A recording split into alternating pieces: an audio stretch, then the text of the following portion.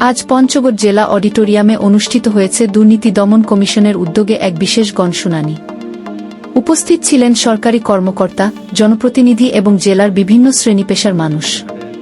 অনুষ্ঠানে প্রধান অতিথি হিসেবে উপস্থিত ছিলেন দুর্নীতি দমন কমিশনের মাননীয় কমিশনার তদন্ত মিয়া মোহাম্মদ আলী আকবর আজিজি।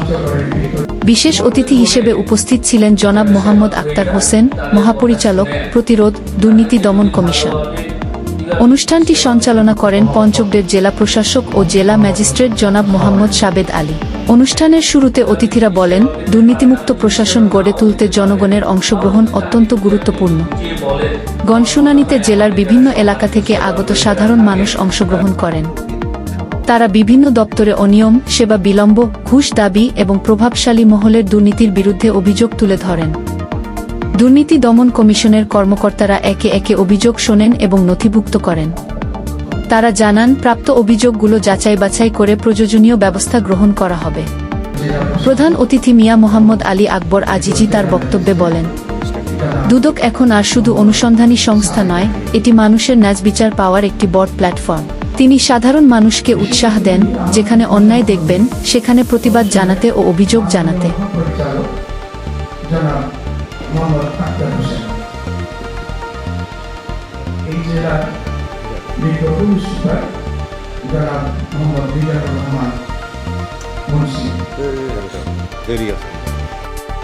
বিশেষ অতিথি মোহাম্মদ আক্তার হোসেন বলেন, দুর্নীতি প্রতিরোধে জনগণের সহযোগিতা ছাড়া সফলতা সম্ভব নয়।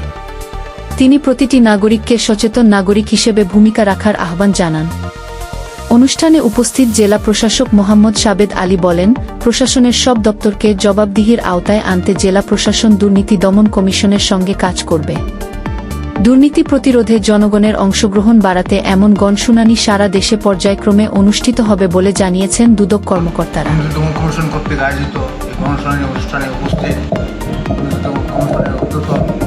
পঞ্চগড় থেকে নাহিদ হাসান অয়েন এর পাঠানো তথ্যচিত্রে সায়মা বিনতে একা, দৈনিক বাংলা টুডে।